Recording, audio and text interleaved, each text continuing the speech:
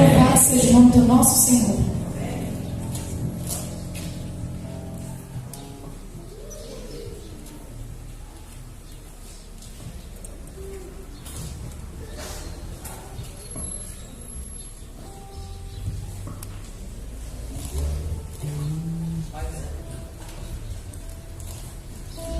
Vamos ficar de pé, vamos fazer uma oração para que nós possamos dar início a essa escola sabatina e que estudaremos e recapitularemos aquilo que estudamos durante toda a semana. Feche seus olhos, vamos falar com o nosso Deus. Poderoso Deus, eterno Pai, somos gratos a Ti pela Tua presença em nosso meio. Amém. Porque o Espírito Santo neste momento inunda os nossos corações. Amém. Queremos te pedir, meu Deus, que neste momento possamos recapitular a lição que já estudamos e que essa palavra fique guardada em nossos corações. Amém. Abençoe toda essa programação. Amém. Que tudo seja para honrar e glorificar o Teu santo nome. Amém. Abençoe nossos irmãos que estão chegando. Que essa programação fique marcada na história desta igreja. Oramos em nome de Jesus. Amém.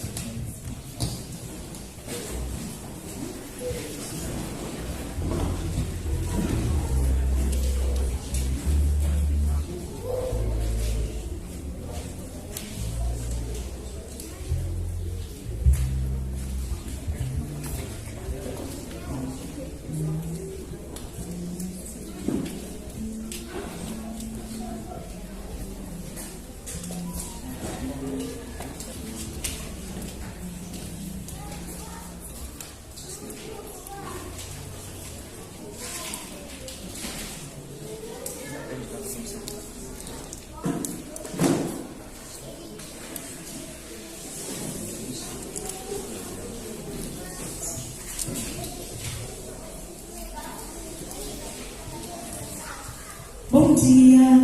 Bom dia. Feliz sábado, igreja.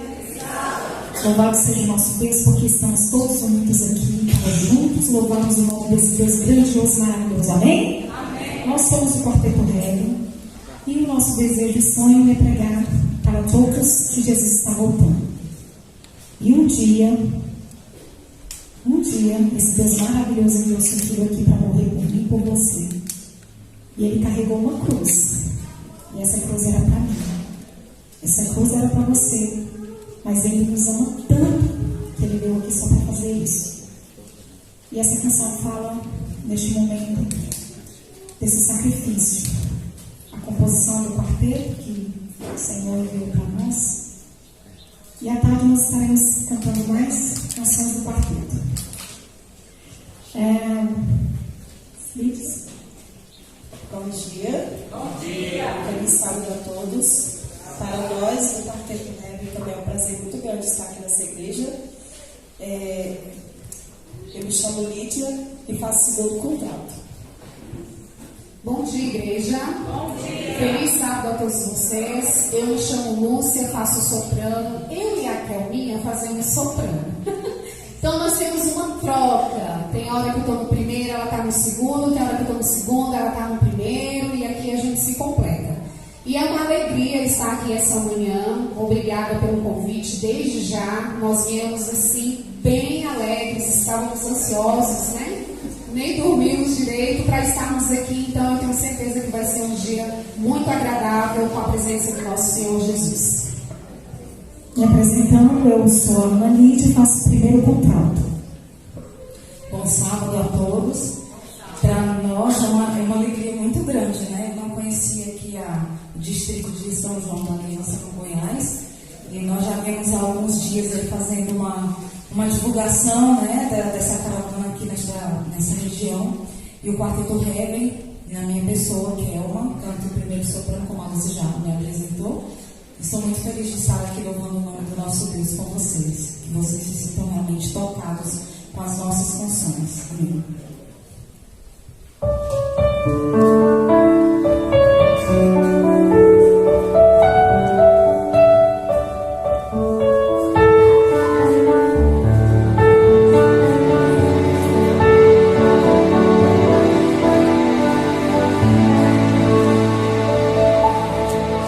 Meu Jesus, numa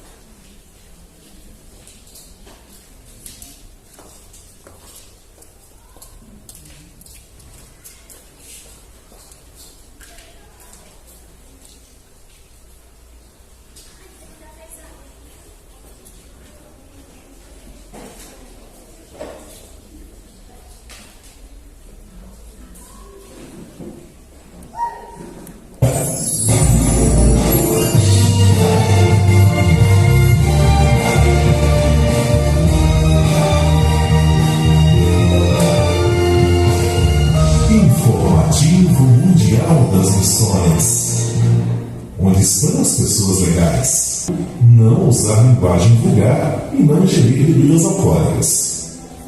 Ele seguia esse exemplo e procurava se relacionar com pessoas com esses mesmos hábitos, mas era difícil encontrar pessoas assim. Mahay era engenheiro em uma mina de carvão na Romênia, e os trabalhadores ali falavam palavrões e bebiam. Até na igreja que ele frequentava aos domingos, as pessoas falavam palavrão e ingeriam bebidas alcoólicas. Mahay parou de ir nessa igreja, e no trabalho ele se mantinha firme nos princípios que seus pais ensinaram. Devido ao seu estilo de vida diferenciado, ele trabalhou por anos na mesma empresa e chegou a ser diretor dessa firma.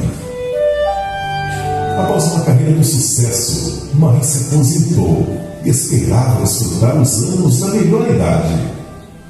Mas 2 semanas depois de se aposentar, ele sofreu um forte derrame e foi hospitalizado. Depois de um tempo, ele voltou para casa e passou a fazer exercícios para recuperar os movimentos dos braços e das pernas. Um vizinho seu chamado Gabriel viu seu esforço e passou a orar em segredo por ele. Depois de 3 semanas, Gabriel foi até a casa de Marie e o convidou para um grupo de estudo da Bíblia Adventista. Marie foi ao pequeno grupo e encontrou ali pessoas educadas, que não falavam palavrão e não bebiam. Através desse pequeno grupo, ele descobriu o amor de Deus e hoje aguarda estar bem fisicamente para ser batizado. Marie lamenta seus problemas de saúde, mas não reclama porque pôde conhecer o amor de Deus neste período. Na Romênia, escolas são uma parte importante na maneira como os adventistas compartilham a mensagem bíblica. Por isso, parte da oferta deste trimestre irá construir uma escola e um centro educacional extracurricular na Romênia. Sejamos liberais.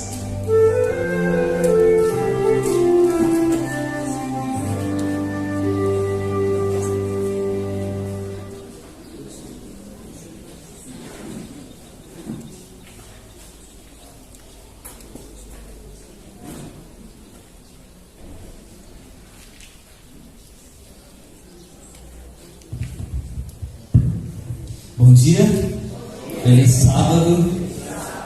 Estamos aqui para recapitular com os irmãos a lição da Escola Sabatina, primeira do trimestre, né? Gostaria de abrir a participação de todos vocês. Se quiserem opinar, quiserem falar alguma coisa, por favor, levante sua mão. Pastor Leônidas, pode dividir conosco tudo aqui. Amigos, quem poderia nos ajudar aqui com o microfone?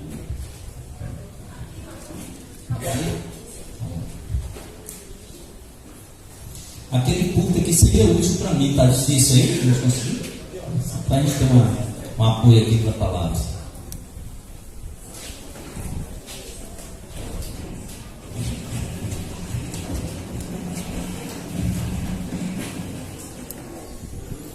Ok. Irmãos, esta lição que nós vamos estudar nesse trimestre tem por título As 3 mensagens do Apocalipse. É a alma da Igreja Adventista do Sétimo Dia. Sabe esse nosso símbolo, esse nosso logo que tem aquelas 3 chaminhas? Cada uma delas é uma mensagem angélica. Então, ou seja, a nossa identidade como Adventista está nesse assunto. Então, se você não adquirir, não estudar a lição desse trimestre, você não é Adventista. Você não tem consciência do que representa esse povo, o que representa essa mensagem, né? Esse povo dos últimos dias, que o Apocalipse chama de a igreja de Laodiceia, a última igreja, ela já estava anunciada na profecia que surgiria no tempo do fim. Então o que acontece? Você sabe que o inimigo é um grande estudioso da palavra de Deus, né? Ele já sabia que isso ia acontecer, que Deus ia levantar um povo para proclamar a sua última mensagem de misericórdia ao mundo.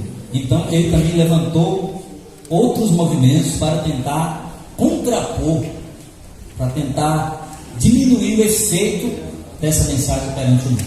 Isso é o que está na palavra. Antes da gente abrir a palavra, gostaria que você curvasse a sua fronte mais uma vez. Vamos pedir a iluminação do Espírito Santo. Querido Deus, nosso Pai maravilhoso que habita os céus, nós te agradecemos pelo privilégio de abrir a tua palavra e ter o auxílio do Deus Todo-Poderoso e Espírito Santo, prometido por Jesus, que nos ajudaria a compreender toda a verdade. Nós pedimos, Senhor, que o teu Espírito Santo seja sentido nesta manhã, nesta casa de oração, e que a voz seja nossa, mas a palavra seja tua. O Senhor nos ajude a compreender a tua palavra, crer nela e colocar em prática em nossa vida diária. Em nome de Jesus, pedimos e agradecemos. Amém. Então, irmãos, o que aconteceu? Como Deus ia surgir com a sua igreja proclamando a última mensagem do Evangelho eterno ao mundo, Satanás levantou pelo menos 5 enganos para nos confundir a cabeça. E ele tem um sucesso incrível com esses enganos perante o mundo, né? Então, e tudo na mesma época. Por exemplo, a Igreja Adventista, ela surgiu a partir do movimento que culminou no grande desapontamento de 1844, em que todo mundo esperava que Jesus viesse ao mundo, mas Jesus não veio, porque não era ao mundo, era do santo para o santíssimo do santuário celestial, né? Conforme a visão de Daniel, capítulo 7. Então, o que aconteceu? Nesse mesmo ano de 1844, desapontamento, nasceu na Alemanha uma família luterana, ou seja, uma família evangélica, um homem chamado Nietzsche, um filósofo. Esse Nietzsche, ele veio se tornar um dos ateus mais influentes do mundo, negando a existência de Deus, querendo destruir os 10 mandamentos, querendo acabar com isso aí, que Deus está morto, Deus não existe.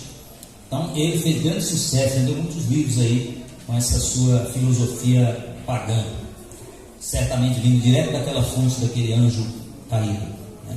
Nesse ano também, um grande escritor chamado Karl Marx, né, escreveu os primeiros escritos dele sobre marxismo, sobre a grande luta entre o capital e o trabalho, que veio ser a base de todos os movimentos comunistas do mundo, culminando na União Soviética, e espalhou aí. Teve uma época que, aí por volta da metade do século XX, uns 30% do mundo era comunista. Você teve ideia da influência desse homem. E o comunismo dizia o seguinte: a religião é o ópio do povo, é a droga do povo, não deve ter religião nenhuma. A gente tem que viver livre, sem religião, sem opressão de igreja nenhuma. Então você sabe que só pode vir da mente de Satanás isso aí, né? O Marx era alguém que pregava essa questão, que trabalhava, né? Era aquele que era sustentado pelos pais até a idade avançada. E quando nós entendemos essa questão aqui de Apocalipse capítulo 12, que é a introdução para o cerne da mensagem que está no Apocalipse, que são as 3 mensagens angélicas, nós temos que compreender por que existimos como povo adventista. Por que você é adventista? Eu sou adventista porque eu guardo o sábado. Por quê? Quando nós vemos o manual da igreja, lá está bem clara qual é a missão da igreja adventista. Nós somos um movimento profético, primeiramente. Nós nascemos num período profético, com uma mensagem profética e uma orientação profética. Nós temos esses 3 pilares. Nós não nascemos por acaso, nós temos identidade, está na Bíblia. A igreja adventista surge num contexto mundial, levantada para pregar a última mensagem de arrependimento ao povo, a verdade presente. Satanás, como é besta, tentou confundir e levanta essas paredes do mal, né? E Nietzsche, ele vem com essa ideia que Deus é apenas um refúgio miserável. Quando o homem não tem onde se refugiar, ele recorre a um Deus, a alguém imaginário. Então ele influenciou, é coisa de gente fraca, ele falava. Karl Marx influencia, e depois vem outros, como o próprio Darwin e outros que vão surgindo, e vão de maneira misturando. Alguns negam a existência de Deus, outros misturam Deus, como o evolucionismo e outras coisas. Mas nós somos esse povo que temos a verdade para esse tempo, para dizer que tudo isso é mentira, e dizer que começou o juízo, e que nós estamos aqui para ser a luz desse mundo. Exatamente. Então, irmãos, a igreja adventista não surgiu assim da dissidência de uma igreja lá, que alguém se desentendeu com a liderança e resolveu sair e abrir outra igreja. Nós surgimos diretamente do pensamento de Deus, era propósito de Deus que nós surgíssemos, né? Então a gente falava que tinha esses 5 aí, né? Foi Nietzsche, foi Marx, o pastor citou Darwin, vocês sabem que é um dos mais famosos deles, né? Que criou a teoria da evolução das espécies, que não foi Deus que criou, né? Nós conhecemos um pastor que ele falava assim: não viemos do jardim zoológico, viemos do jardim do Éden. Completamente diferente, né? Então, a teoria evolucionista de Charles Darwin diz que nós viemos de animais inferiores, né? Nós e os macacos somos primos, né? Coisa absurda, né? Coisa que nega veementemente a palavra de Deus. Mas, irmãos, ele não vai durar com as ideias dele, né? Porque já tem muitos livros desmascarando que essa teoria é a coisa mais curada do mundo, né? Tem livros, por exemplo, o evolucionismo à luz da biologia moderna. Não sustenta. Quem estuda, a caixa preta de Darwin está ali, A teoria do design inteligente é outro que vai contra completamente a teoria evolucionista. Então isso aí, irmãos, é coisa que você vai ver na sua universidade, no seu colégio de ensino médio, mas que você deve filtrar à luz da palavra de Deus, né? Surgiu também próximo daquela região ali, irmãos, uma religião que virou muito famosa nos Estados Unidos, eles chamam, se mudaram de nome, né? Hoje é a Igreja de Jesus Cristo dos Santos dos Últimos Dias, os famosos Mormons. Surgiu ali, isso que um espírito veio umas tábuas de ouro, onde estava escrito que Jesus Cristo veio para a América e tal. Se você ver, escreve lá no YouTube, na internet, Joseph Smith, para você ver, foi o fundador disso aí. Como é que ele morreu? Né? Então, realmente é uma pessoa totalmente adulta, pecaminosa, criminosa, né? E dizer que foi enviado uma mensagem para ele por Deus.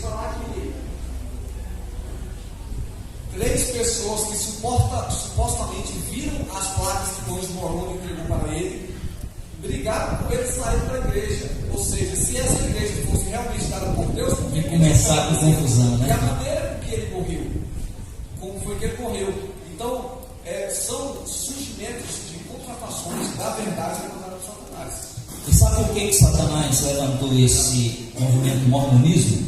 Porque ele se dizia profeta, para desacreditar a profetisa do Senhor que surgiria no mesmo ano de 1944, em dezembro. Para desacreditar. E se você estudar a história da igreja adventista, Ellen White sofreu demais, a igreja sofreu demais com acusações de que isso era mesmerismo, isso era insanidade, tanto de coisa. Então, por quê? Porque tinha tanto falso profeta naquela época, né? Então, isso é até uma questão de lógica. Se existe muito falso profeta, por que é? Porque tem um verdadeiro, né? Ninguém vai falsificar uma nota de R$3. Não existe nota verdadeira. Então, se existe tanto falso profeta, é Satanás querendo contrapor o profeta verdadeiro, que surgiu em dezembro de 1844, na pessoa de Ellen White. E o último dos 5 enganos, esse também terrível. Ali próximo, em Rochester, em Nova York, começaram as batidas nas paredes da casa das irmãs Fox. Batidas misteriosas no som. Elas resolveram responder aquelas batidas, e do outro lado alguém respondia, comunicava. E resultado, isso era anjos caídos, espíritos. Aí veio um grande francês estudioso da ação chamado Allan Kardec, foi até lá, visitou, e ali depois ele escreveu toda a síntese, né, do espiritismo moderno. E se você for lá hoje visitar, ou se olhar para a internet, você vai ver que está lá uma placa dizendo: aqui surgiu o espiritismo moderno. E o espiritismo naquela época era uma coisa muito desacreditada, mas Ellen White profetizou de que iria ser um crime alguém falar contra o espiritismo. E hoje, irmãos, está mais uma igreja como qualquer outra, uma religião como qualquer outra. Então só observam 5 mentiras, né? O ateísmo, marxismo, né? O evolucionismo, o mormonismo falsificando a verdadeira profecia e o espiritismo. Adivinhe quem que o mundo acredita mais, irmãos? Nessas 5 mentiras. Essas 5 mentiras. Nossa, né? Pois não. Isso aí é o que? Tinha acontecido há não muito tempo antes a reforma protestante. E o que aconteceu? Essa reforma cedeu aos enganos de Satanás, né? E começou a aparecer diversas correntes, teísmos e outras correntes mais, que esse protestantismo ele se afastou da palavra e foi seduzido pelos enganos e pela filosofia satânica. Esse é o problema. Esse é o pano de fundo de onde surge a mensagem. Né? Aqui a lição começa falando sobre a origem dessa confusão toda, irmãos. Por favor, abra sua Bíblia aí no livro de Apocalipse, capítulo 12.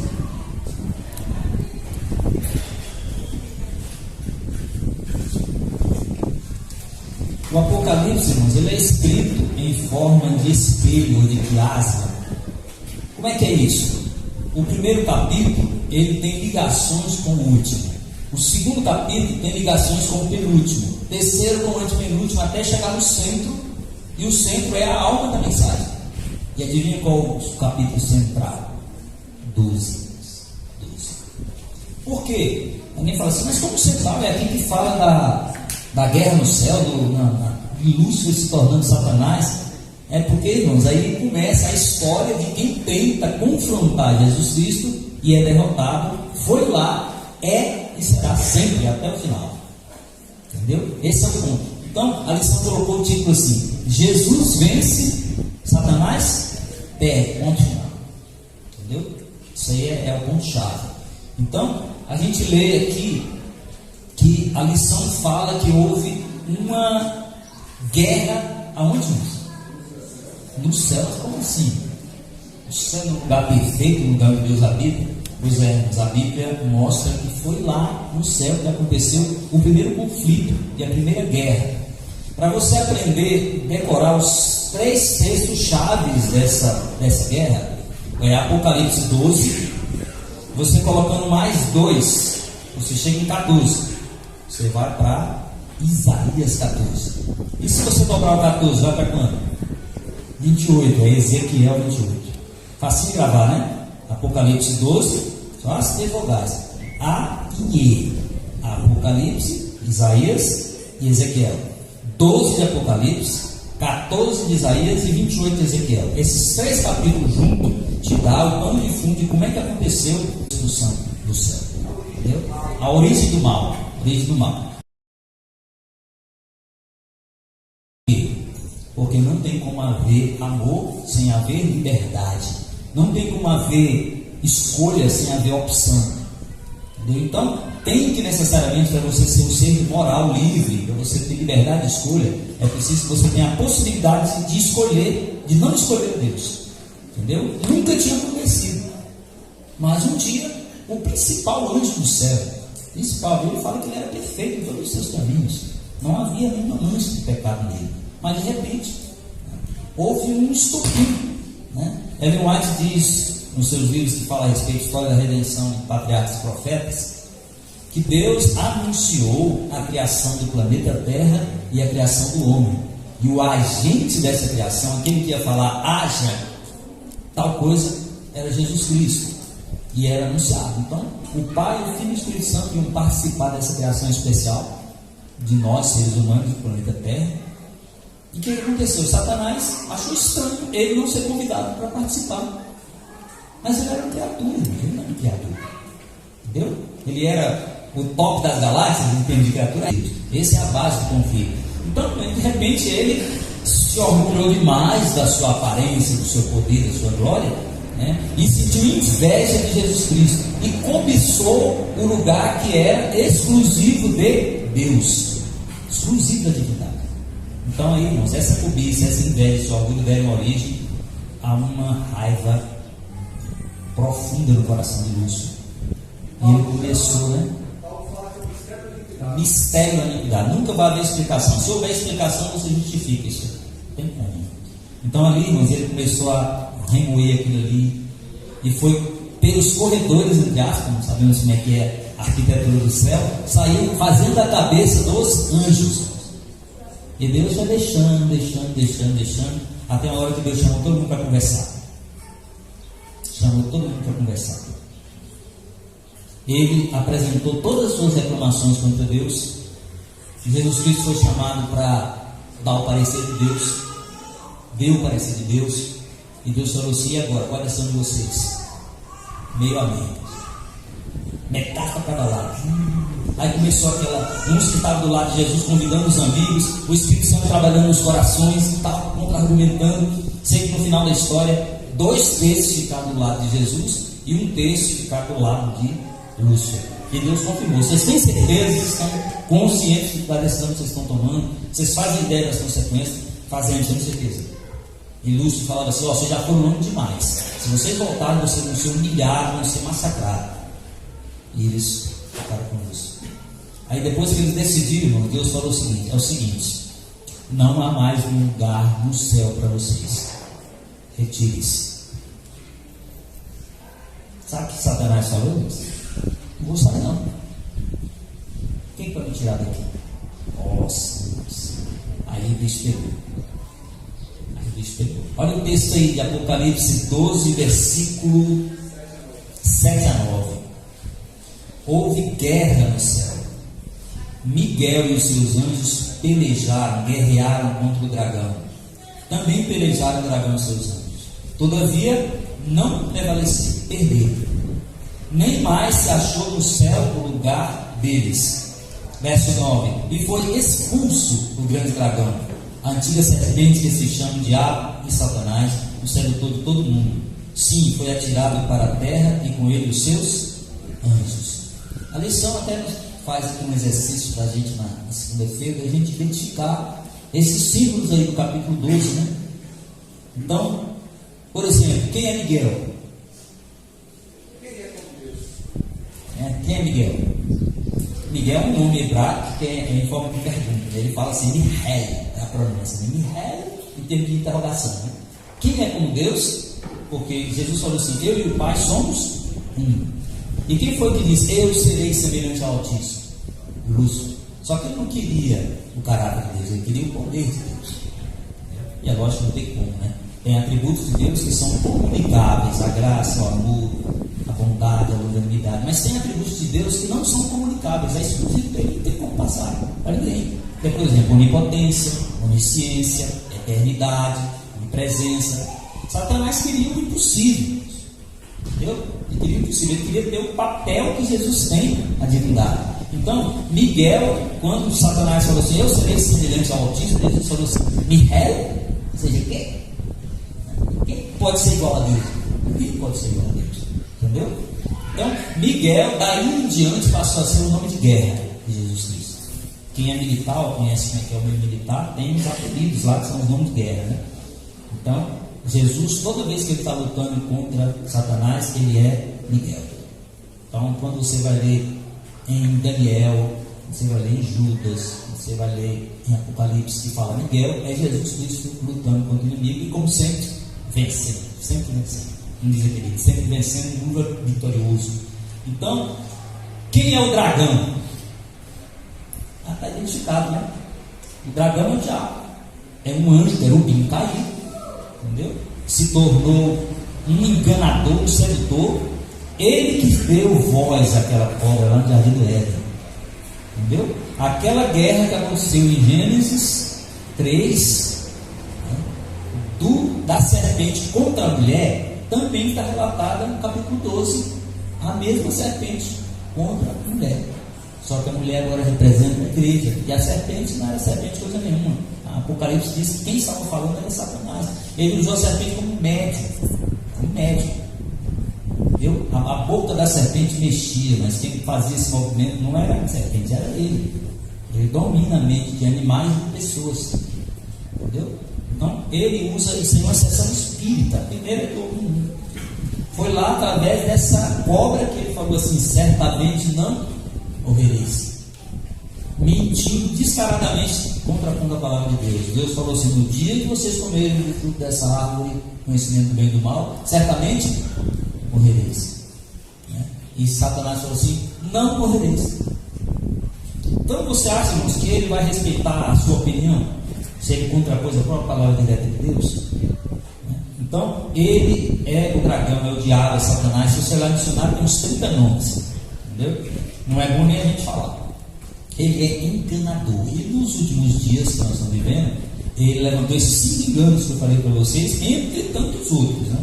Então, e quem é a mulher relatada aí? Porque no capítulo 12, verso 1, fala assim, viu-se grande sinal no céu, a saber, uma mulher vestida do sol, com a lua debaixo dos pés e uma coroa de 12 estrelas sobre a cabeça. Quem é a mulher? A mulher é símbolo da igreja, representa a igreja. É de onde viria o descendente, que é Cristo, e esse seria humanamente também vencedor, como ele tinha vencido no céu, mesmo como homem que seria vencedor. Então diz que Jesus também regeria o mundo com cetro de ferro. E o que significa esse cetro de ferro? Que o poder de Deus é o quê? É invencível. O poder de Deus, a majestade de Jesus Cristo é todo poderoso. Não tem como alguém se opor a ele e sair vencedor. Então, entendendo esses símbolos, nós vemos aí, a partir do verso 4, capítulo 12, Satanás, a sua cauda arrastava a terça parte das estrelas do céu, as quais lançou para a terra. O dragão se deteve em frente da mulher que estava para dar à luz, a fim de devorar o filho quando nascesse. Então, aqui Deus faz Jesus Cristo. Ela estava grávida. Entendeu? E aquele menino, quando nasceu, o Jerusalém avisaram isso aí, né? E Herodes falou o quê? Nasceu o futuro rei dos judeus, né? Então, vão lá e me encontrem esse menino, volte aqui e me avise que eu também queria adorá-lo, ou seja, né? Quero mandar matar. E Deus levou os reis magos até onde Jesus estava, só que em sonhos foram avisados para voltar por outro caminho, não voltar para Jerusalém. Então Herodes viu que foi cabulado, foi enganado pelos três, né? E o que aconteceu? Mandou matar naquela região de Belém todos os meninos de 2 anos para baixo, que não sabia exatamente a idade. E aí foi terrível assim. Mas o próprio Jesus Cristo foi avisado, Maria e José foi avisado em sonho para fugir para onde? Para o Egito, né? Cumprindo a profecia que fala do Egito, chamei meu filho. Jesus foi o primeiro refugiado, fugiu para o Egito. Depois voltou, estava um filho de Herodes lá, então eles não voltaram para a Judéia, voltaram para o norte, para a Galiléia. Então Satanás quis matar o próprio Jesus Cristo, né? Filho de Maria. Só que Maria também simboliza a igreja. Por que a profecia vai muito além do que Maria? Porque fala que a igreja foi perseguida durante 1260 anos, fugiu para o deserto e tal. E Maria, né, viveu poucos anos, como a gente sabe, com esse 1000 anos de perseguição à terra. Então essa aplicação aqui se refere à igreja. Então ele queria acabar com a igreja logo no seu nascimento. Então ele saiu perseguindo, mandando matar. Um dos 3 discípulos mais chegados, que foi Tiago, Herodes mandou decapitar, iria decapitar Pedro também, mas Deus mandou um anjo, tirou Pedro da prisão. Então ele começou a perseguir a mulher totalmente. Mas como sempre, irmão, Jesus sempre o venceu. A lição chama a atenção para a gente o seguinte: uma coisa é você saber que Jesus Cristo é vencedor, sempre venceu, vence e vencerá. Outra coisa é se isso é realidade na sua vida. Como é que tem sido a sua vida? Como é que tem sido a sua família? Como é que tem sido as suas finanças, a sua vida profissional? Como é que tem sido pela sua mente e pelo seu coração? Satanás quer você. E Deus, obviamente, te ama. Satanás quer te destruir. Deus quer te salvar e morar com Ele para sempre. Você tem permitido que Jesus Cristo te faça vencedor? Você tem acatado as orientações dele? Que ele falou assim: se me amar, guardará os meus mandamentos. Então você tem amado Jesus Cristo? Se você tem, preciso que você guarde os seus mandamentos. Os seus mandamentos não são penosos, são maravilhosos. Então é preciso que Jesus Cristo seja vencedor na sua vida, nas suas batalhas diárias. Olha aí no capítulo 12, verso 11, como é que a vitória de Jesus se torna minha e sua. Diz aqui: eles, pois, o venceram por causa do sangue do Cordeiro e por causa da palavra do testemunho que deram, e mesmo em face da morte não amaram a própria vida. Então, irmãos, quando você vê que Jesus Cristo morreu na cruz por você e por mim, sem eu e você merecer, você se sente a pessoa mais amada, mais querida do mundo. E se você não se sente amado, você não tem condição de amar ninguém. Entendeu? Você precisa primeiro ser amado, você precisa ter a certeza de que a sua salvação está garantida para você poder trabalhar pela salvação de outra pessoa. Isso é uma coisa que devia ser óbvio. Irmãos. Como que eu estou me afogando num lago? Não sei nadar, estou me afogando. Como é que eu vou pensar na salvação de outra pessoa que está se afogando?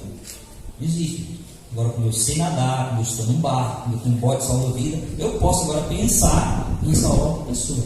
Da mesma maneira, espiritualmente. Se você se sente amado, resgatado, remido pelo Senhor de Cristo, perdoado, herdeiro com Cristo para sempre, vencedor com Cristo a cada dia, então você pode estender a mão para outra pessoa. Escuta, você quer vencer também por vencer?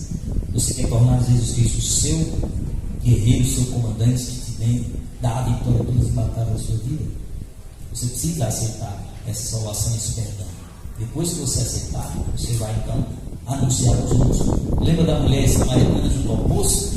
Quando Jesus Cristo aceitou, ela perdoou, esquecendo até o cântaro de água que foram buscar e foi anunciar às pessoas Você é justificado pelo sangue de Cristo. E assim, olhando para a cruz, você tem fé para pedir qualquer coisa para Deus. Então, o segredo é olhar para Ele, é crer nele. Diz o profeta: olhar para mim e seres salvos. Ele disse: vinde a mim todos que estão cansados e sobrecarregados, e eu vos aliviarei. Então você precisa aceitar essa vitória de Cristo e aceitar essa vitória na sua vida. Esse é o ponto-chave. Depois, irmãos, essa perseguição da mulher, capítulo 12, verso 6. A mulher, porém, vamos para o verso 5. Nasceu, porém, um filho varão, que há de reger todas as nações com cetro de ferro, e o seu filho foi arrebatado para Deus até o seu trono. A mulher, porém, fugiu para o deserto, onde lhe havia Deus preparado um lugar para que nele a sustentem durante 1260 dias. Importante esclarecer: na profecia histórica apocalíptica que está em Daniel e que está em Apocalipse, cada dia vale quanto? Um ano.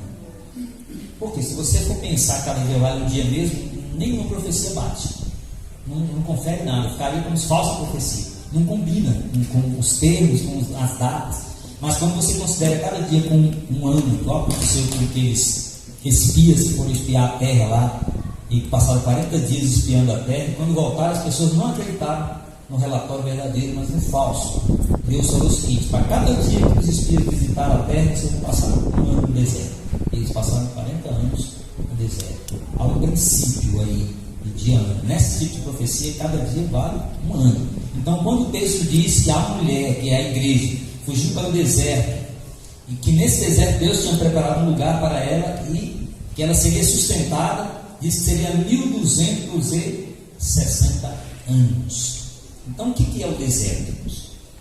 É um lugar de dificuldade, é um lugar sem água, um lugar de um clima totalmente insuportável, de dia extremamente quente, à noite extremamente frio, é extremamente seco, umidade baixíssima.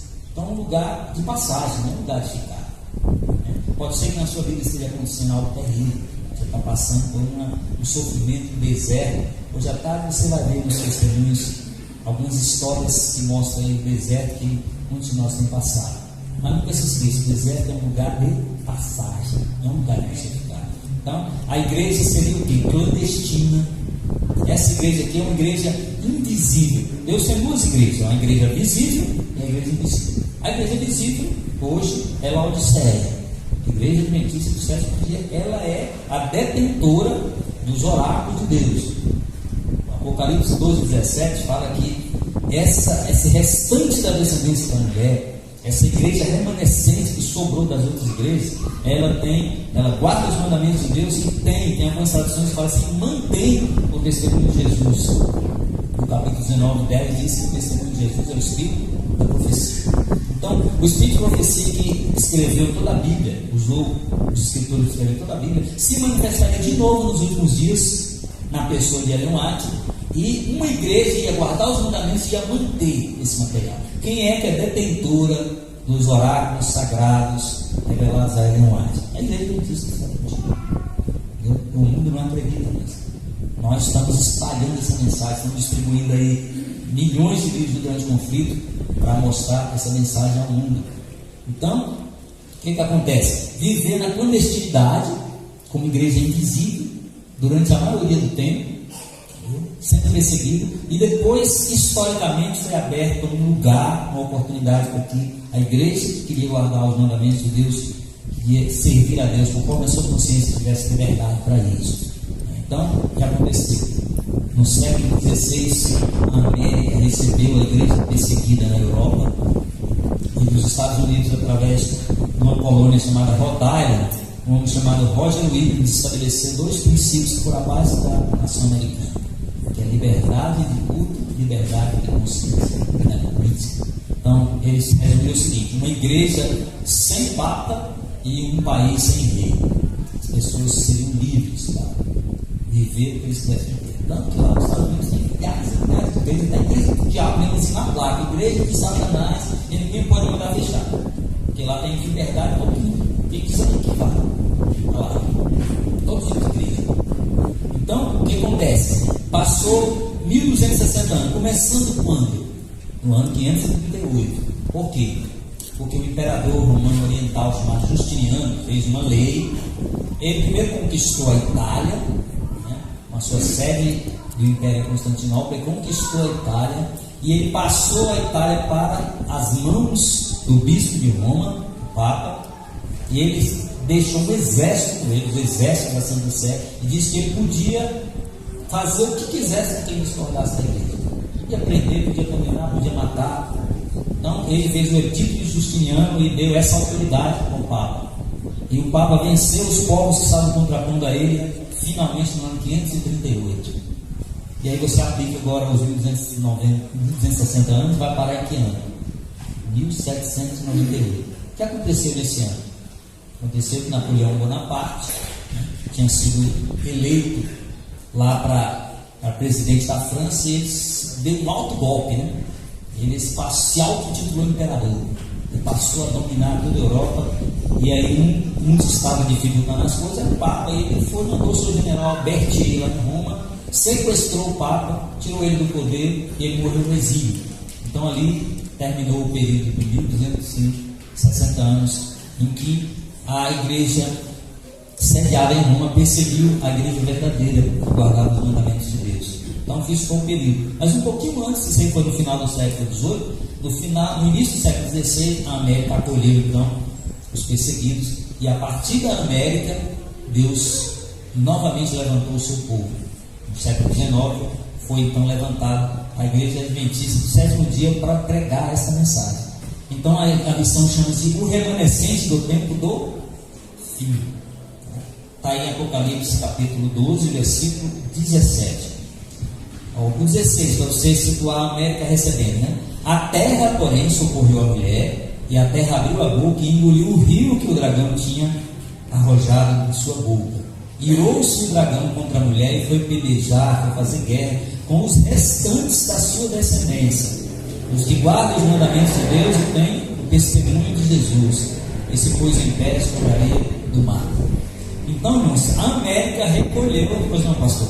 Então, é interessante essa visão que você está colocando, porque durante os 1260 anos, não só a América, mas, por exemplo, os valdeses, outros povos que viviam refugiados em cavernas, todo aquele que se contrapõe à mensagem, né, da igreja medieval católica, eles eram perseguidos.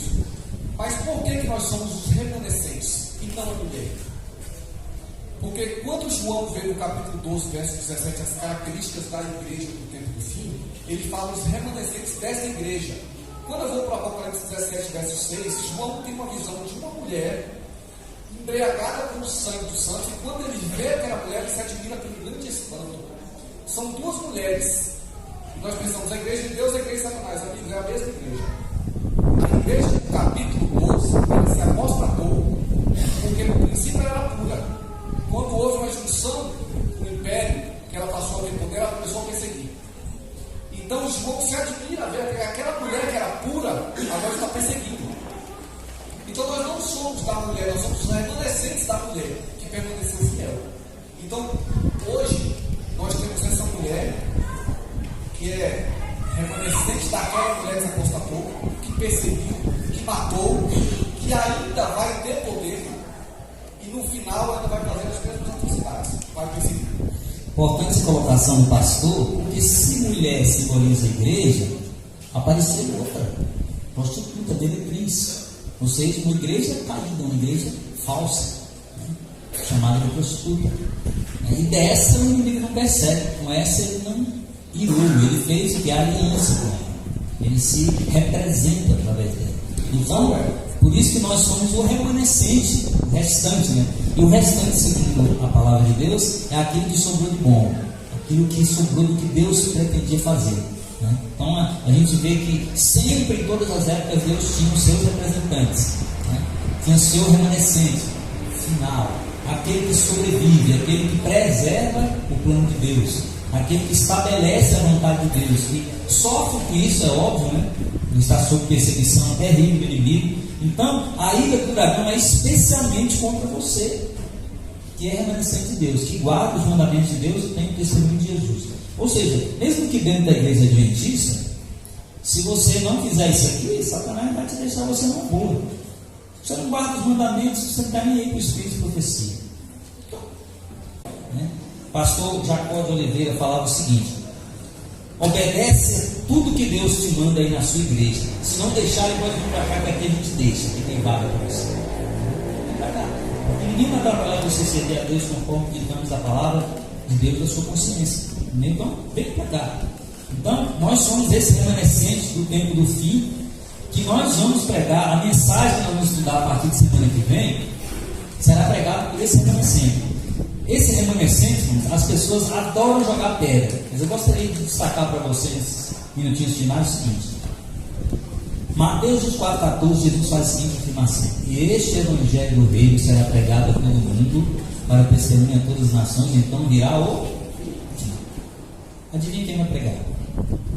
Paulo do céu. Jesus falou que vai ser pregado. Não é dúvida, é fato. Quem vai pregar? Essa aqui é defeituosa aí, que alguns só têm acusação de pé. Por quê? Porque a Bíblia diz que haverá uma sacudidura, um peneiramento, uma seleção na igreja, um testemunho fiel contra os seus defeitos, conforme está lá em Apocalipse 3. E pessoas ouvirão essa mensagem, pessoas não ouvirão. Quem ouvir se converterá e se consagrará cada dia mais. E quem não ouvir não vai suportar, está bem fora, entendeu? A igreja fala que dentro de Laodiceia surgirá um grupo especial chamado de 144 mil pessoas que vão esperar Jesus Cristo vivos e fiéis. Sairão de dentro de Laodiceia. Sobre a igreja de Laodiceia será derramada a chuva serôdia que terminará o evangelho, essa obra maravilhosa de Deus. Então, irmãos, você seja aquele que vai ficar na peneira, não que vai cair fora. Seja aquele que receberá a chuva serôdia. Seja aquele que vence a si mesmo, como Jacó. O povo de Laodiceia é comparado a Jacó na sua luta com o anjo. Não te deixarei se não me abençoares. Mudou o nome de Jacó para Israel. Você precisa ser um vencedor sobre si mesmo, vencendo pela fé. Então, que Deus te ajude e te abençoe a nós todos, é que a gente, ao ser chamado para essa pregação final, a gente cumpra os propósitos de Deus, que Ele possa dizer no final: muito bem, servo bom e fiel. Você foi fiel um pouco, sobre muito eu te colocarei. Entra na alegria do seu Senhor. Amém? Podemos orar ou tem alguma coisa mais? Quem não tem a missão, faça.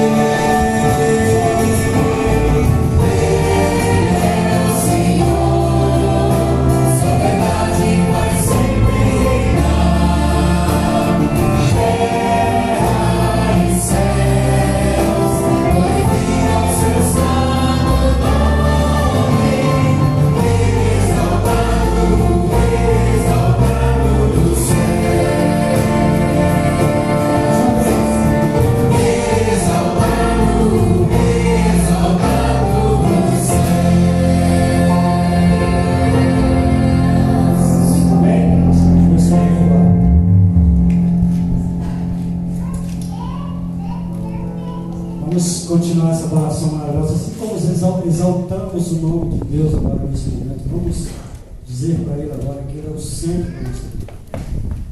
Que você coloque Jesus no seu coração. Que você coloque Ele como centro da sua família e das suas dificuldades. Amém? Vamos cantar seja o centro.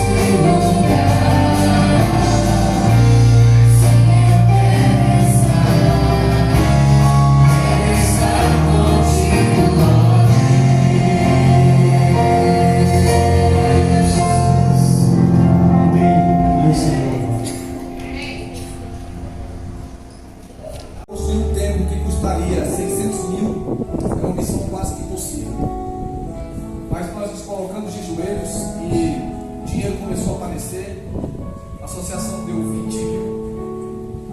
E eu quero aqui exaltar a você que tem doado, que tem aberto suas carteiras, tem sido generoso para a obra de Deus. O nosso pedreiro Noel, que está ali no canto, lá naquela vermelha, que construiu desde o zero até o que nós estamos hoje, com a metade do valor da mão de obra. E ao longo desse tempo, desde julho do ano passado, foi quando nós lançamos a pedra fundamental, Deus tem mandado os recursos, Deus tem provido.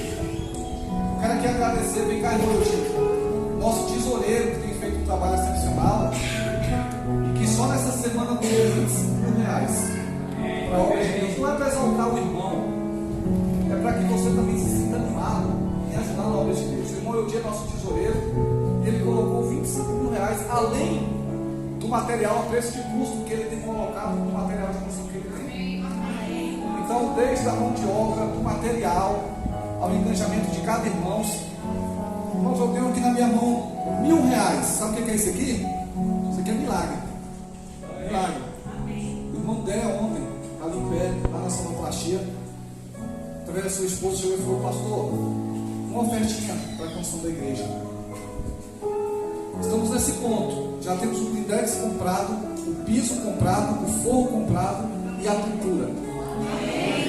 Só estamos precisando agora da grade.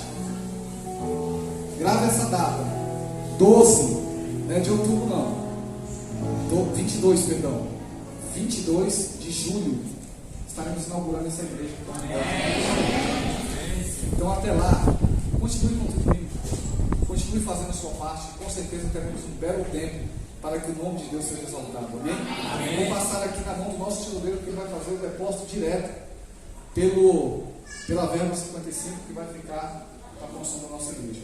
Tá bom? Eu quero convidar você a fechar os seus olhos nesse momento. Vamos orar agradecendo pelos dízimos e pelas ofertas.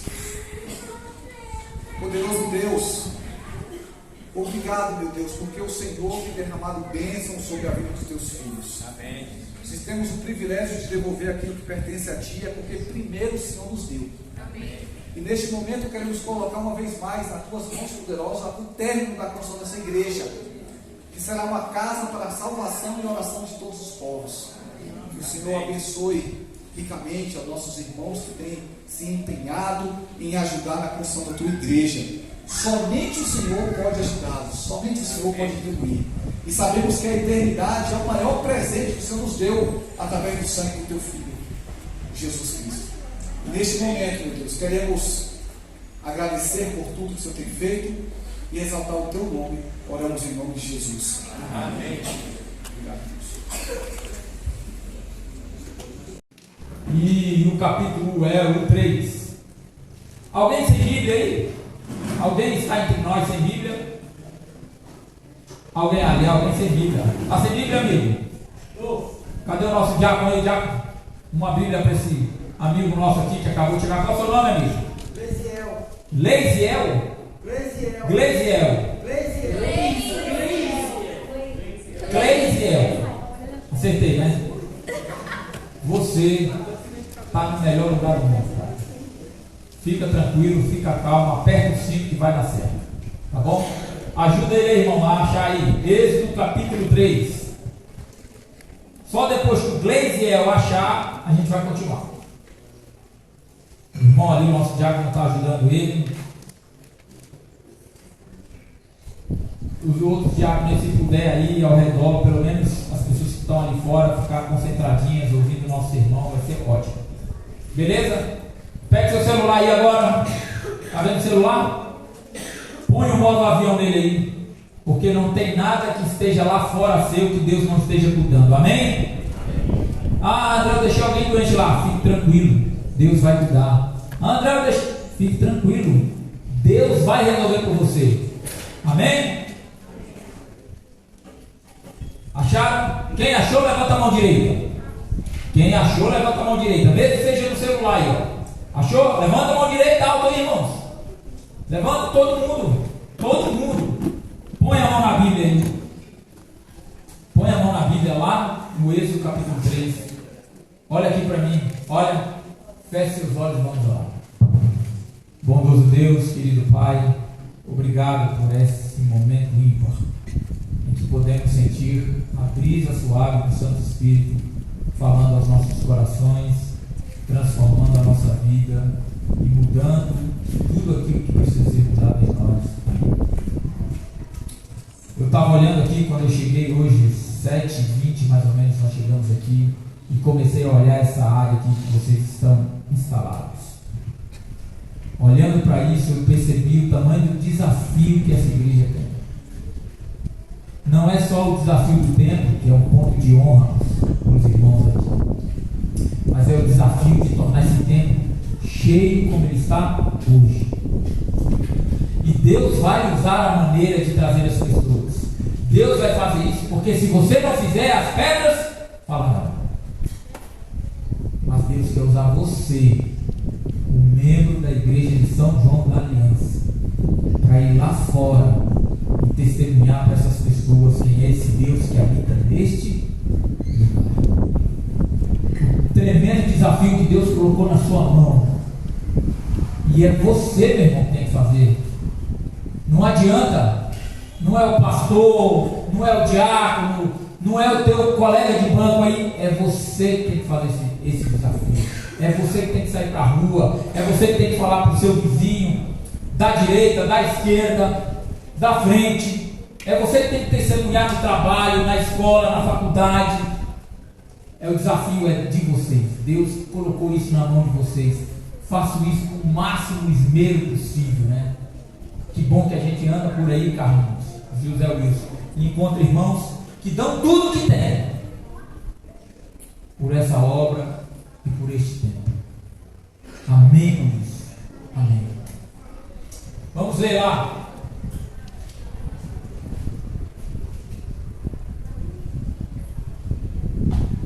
Êxodo capítulo 3. Podemos ler aí a partir do versículo 1 até o versículo 6. Quero que você acompanhe a leitura e na minha tradução diz assim: apacentava Moisés o rebanho de quem? Eu quero vocês comigo. Vamos de novo. Apacentava Moisés o rebanho de quem ele era? Seu sogro, sacerdote de Midian.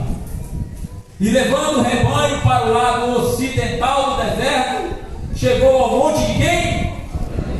Ao monte de Deus, a Horebe. Apareceu-lhe um anjo do Senhor numa chama de fogo, no meio de uma sarça. Moisés olhou,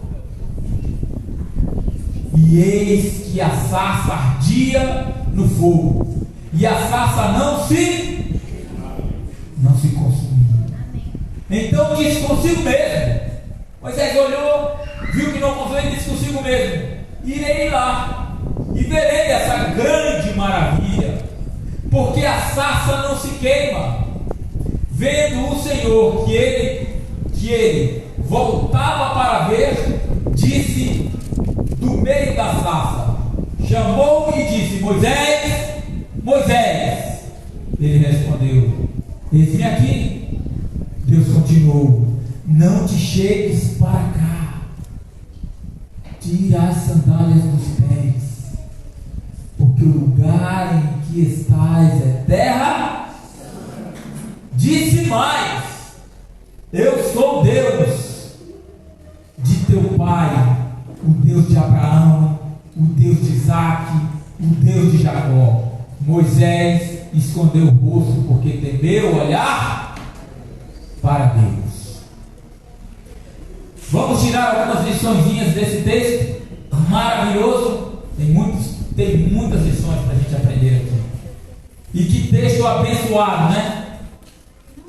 Moisés estava numa vida tranquila. Quando eu era um pré-adolescente, lá no início da década de 90, ele estava numa nice, estava numa beleza, né? O que Moisés tinha? Estava tudo certo. Moisés estava ali, o Anderson, apacentando as ovelhinhas de Jetro, tinha um horário de acordar, tinha tudo o que fazer, organizar, beleza, vida boa, sabe? Sombra e água fresca, trabalhava, fazia, mas ele estava numa boa, né? O irmão pedreiro ali, né? É o senhor que é o pedreiro, né? É o senhor, né? Estava numa boa, meu irmão. Tranquilo, ó. Fica tranquilo. Está fazendo pela metade do preço, Deus vai te abençoar. Deus vai te dar aquilo que você precisa. Tenha medo não. Fique tranquilo. A esposa também fique tranquilo. Pode ser que o dinheiro esteja entrando menos. Fique tranquilo.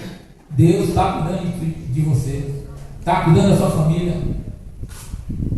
E vai te dar em dobro. A gente tem mais portas ou mais janelas numa casa? Responde aí, meu amigo. Mais portas ou mais janelas numa casa? Mais janelas, né? Me prova e você vai ver se eu não vou abrir as janelas do céu e derramar bênção sem medida na tua vida, irmão.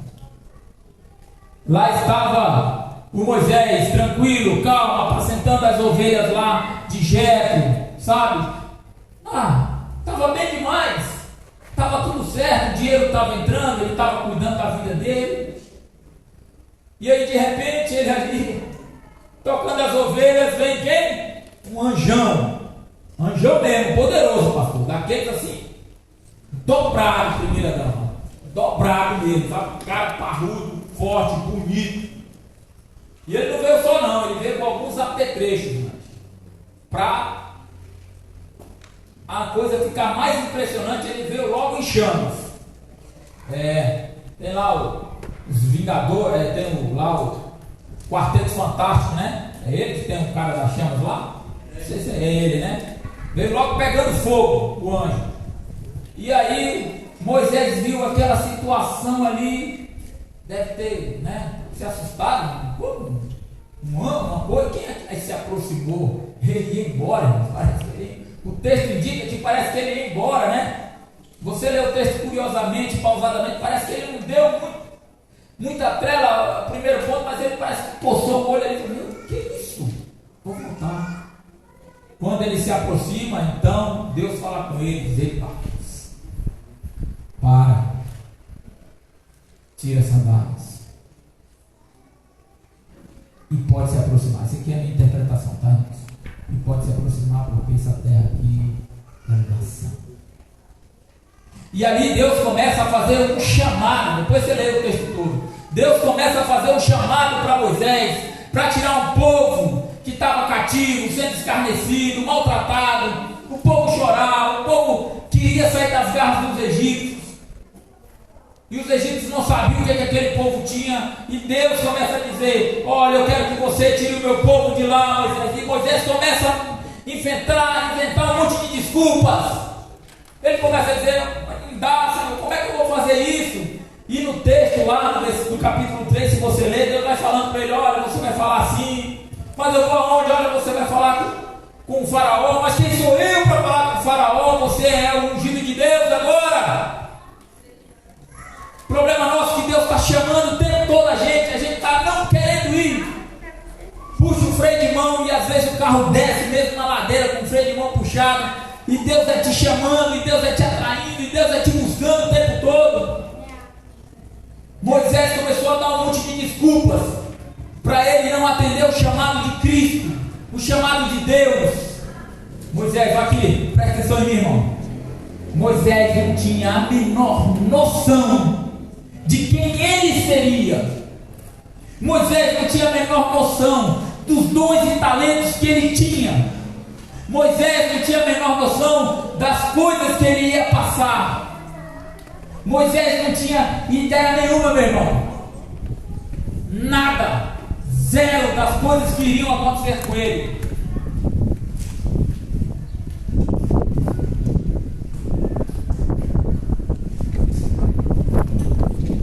Sabe, irmãos, quando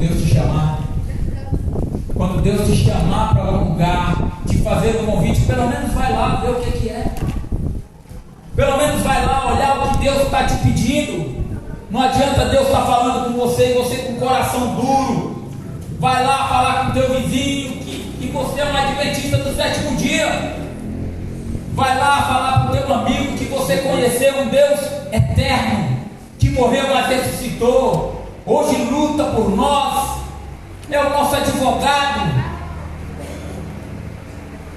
Feriu e está ferido de morte Satanás, a serpente, feriu na cabeça, irmãos. Esse é o Deus que nós servimos hoje, Deus poderoso. Moisés, sem saber aquilo que ia acontecer com ele, resolveu então conversar com Deus, e Deus começa a dizer para ele um monte de coisas daquilo que ele vai fazer. Ele falou: eu sou pesado de língua, não sei falar direito, eu fico pensando quais seriam as nossas desculpas hoje. Olha para mim aqui. Eu não tenho tempo para se ensinar. Eu não tenho tempo para ser diretor jovem da igreja. A faculdade está me consumindo tempo demais. Os meus problemas, e olha que de problema eu entendo, irmãos. Os meus problemas têm me consumido tempo demais. A minha esposa não quer saber de Deus.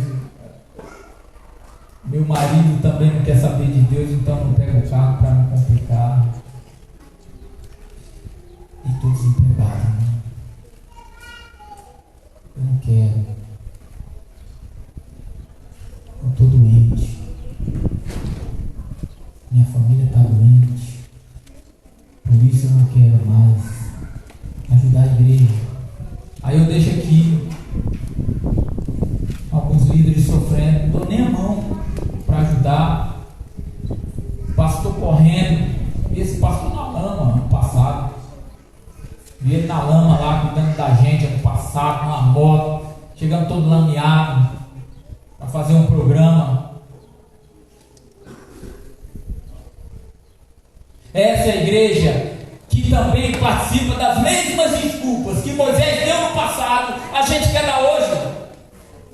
A gente quer falar: não vou falar de Deus, porque então, não, se não aceitar. Irmãos, existe alguém que você conhece que é um ser humano igual a você.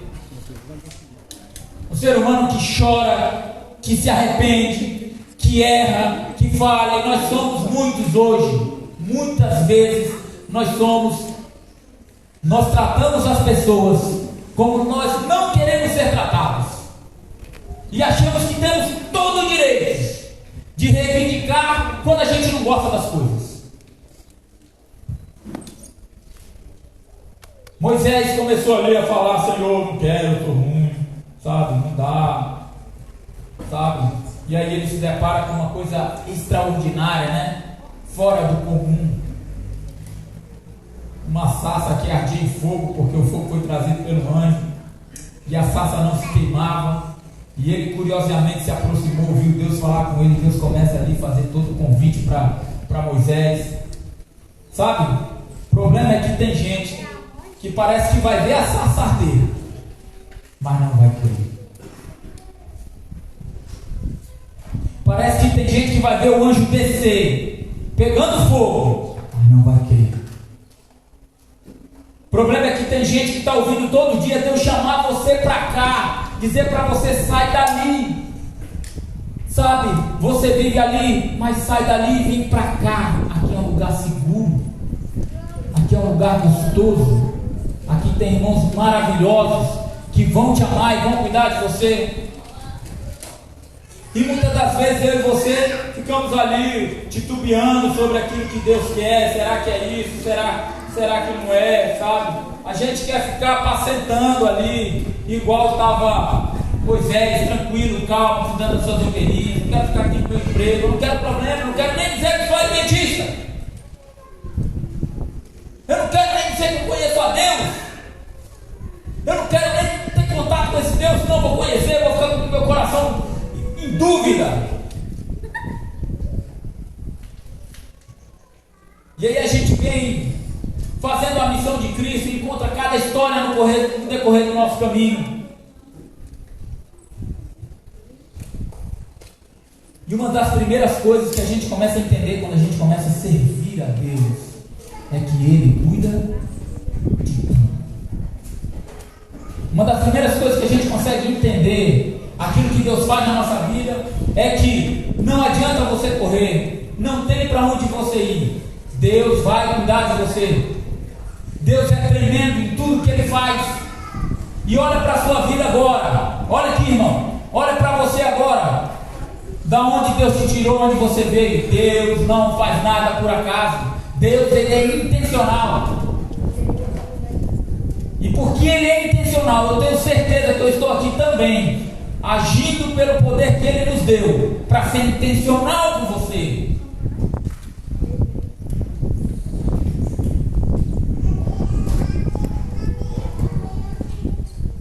Tudo isso depende de como você vai ver aquilo que Deus vai apresentar para você.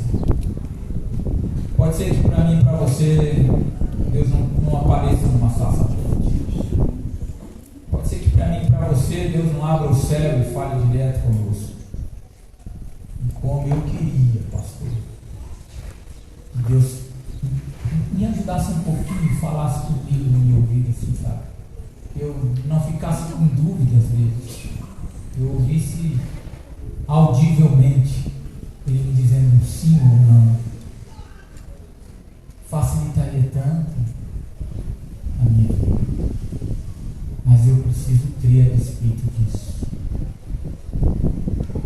Eu preciso acreditar a respeito dessas coisas. Eu preciso crer que o chamado de Deus também é para mim. André, eu não gosto de cargo, mas tem centenas de coisas que você pode fazer nessa igreja por Deus. No mínimo umas 15 eu posso te falar. Se tratando dessa igreja, então mais 100, porque a necessidade é visível. E Deus está te chamando hoje, dizendo para você: vem cá. Hoje eu não vim numa sarça, mas eu vim num ônibus. Hoje eu não vim com anjos, mas eu vim com pessoas que têm erros, que são falhas, e que a gente está aqui passando todo dia para dizer para Deus: Senhor, me cura, me salva, me liberta, me transforma. E é mais ou menos assim que Deus começa a fazer conosco. Pega tudo aquilo que a gente não sabe, que a gente não sabe que a gente tem, e começa a transformar, e começa a mexer, e começa a fazer um bolo lá dentro da gente. E Deus começa a mover os corações daqueles que estão aqui hoje, nessa manhã, como moveu o nosso lá no ano passado, quando a gente começou a conversar com o pastor Leônidas. Você pode até achar que a sua vida está uma maravilha, mas se você estiver longe de Deus, Moisés conhecia Deus,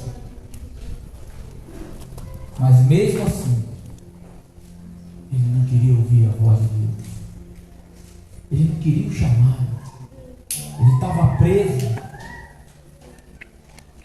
por várias situações, preso por alguma coisa que a gente não quer abandonar, irmãos, a gente fica preso, mesmo diante desse teto, dessas colunas, dessas paredes. Às vezes estamos presos lá fora. Às vezes é o pecado que você não está conseguindo deixar. Às vezes é a bebida que você não está conseguindo largar. Caravana já conhece essa história, mas eu vou contar só para vocês terem ideia do que é o mundo. Encontrei uma irmã adventista, um dog, lá em Brasília. Ela era a dona do dog. Eu falei: irmã, quanto tempo eu não te vejo na igreja? Ela olhou para mim: André, não estou conseguindo ir para a igreja, algumas situações difíceis. Eu falei: mas vai. Vou te falar logo a verdade, André. Vou te falar o que está acontecendo comigo. Pode falar. Ela olhou no fundo dos meus olhos, encheu o olhinho de lágrima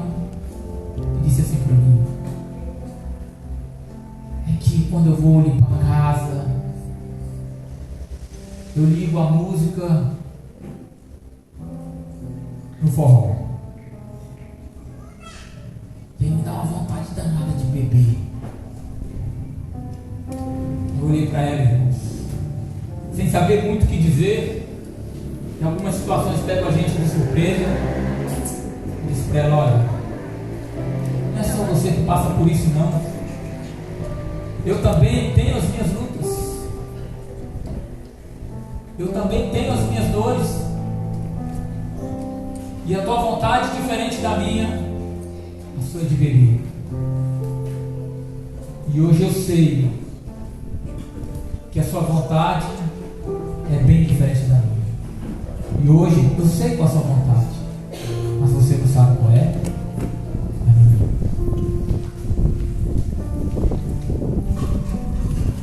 Deus não faz nada por acaso e Ele é intencional, e eu já disse isso. Mas hoje, nessa manhã, eu quero fazer um desafio para essa igreja. Dizer para você que eu não sei realmente o tamanho do seu problema, mas eu sei o tamanho de um Deus poderoso, que não muda e que veio nos salvar. Esse Deus nos ama de maneira poderosa.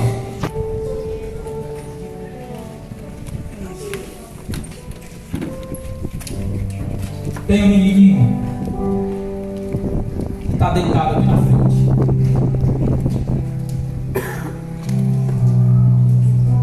E o que eu trouxe hoje para Deus nessa caravana foi a cura do meu filho.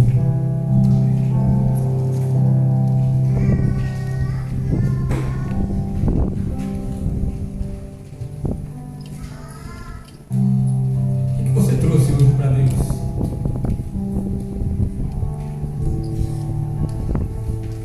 Talvez alguns de nós não temos nada para trazer, pastor. Só os nossos pecados. Talvez alguns de nós aqui não tem oferta, pastor, para trazer, para ajudar na obra. Nós trouxemos os nossos pecados hoje nessa manhã. Eu trago a cura do meu filho.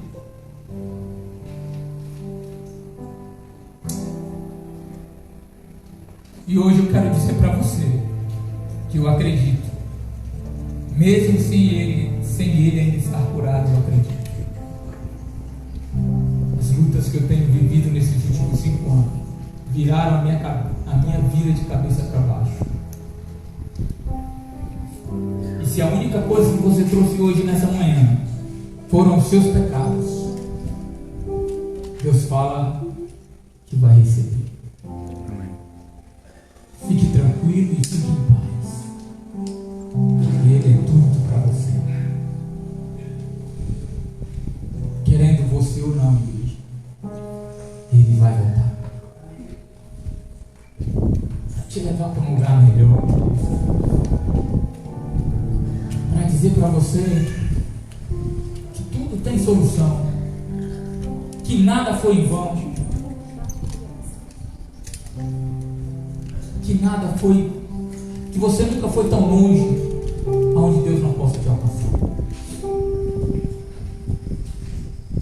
E hoje, enquanto a gente canta essa última música, eu queria que você ficasse de pé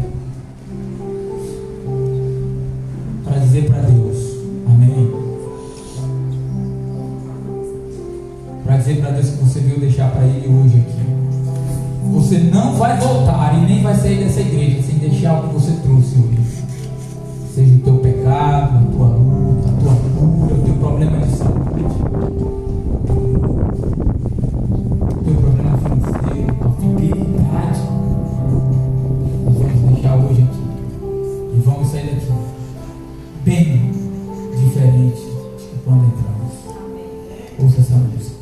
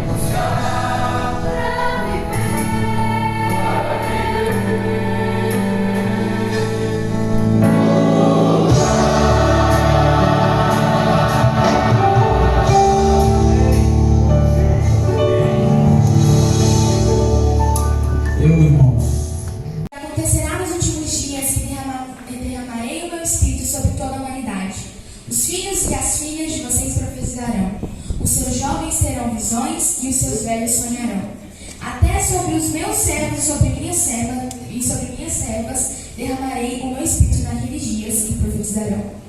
A música que eu vou cantar agora, eu fiz um compromisso com Deus. Eu falei, Deus, apesar de que as pessoas aqui da caravana que me conhecem enjoem dessa música, não queiram mais cantar nunca mais na vida delas, mas eu vou cantar elas aonde eu for eu vou cantar essa música. E ela diz, o tema principal dela é por que essas profecias ainda não aconteceram. E essa música que a gente vai cantar agora.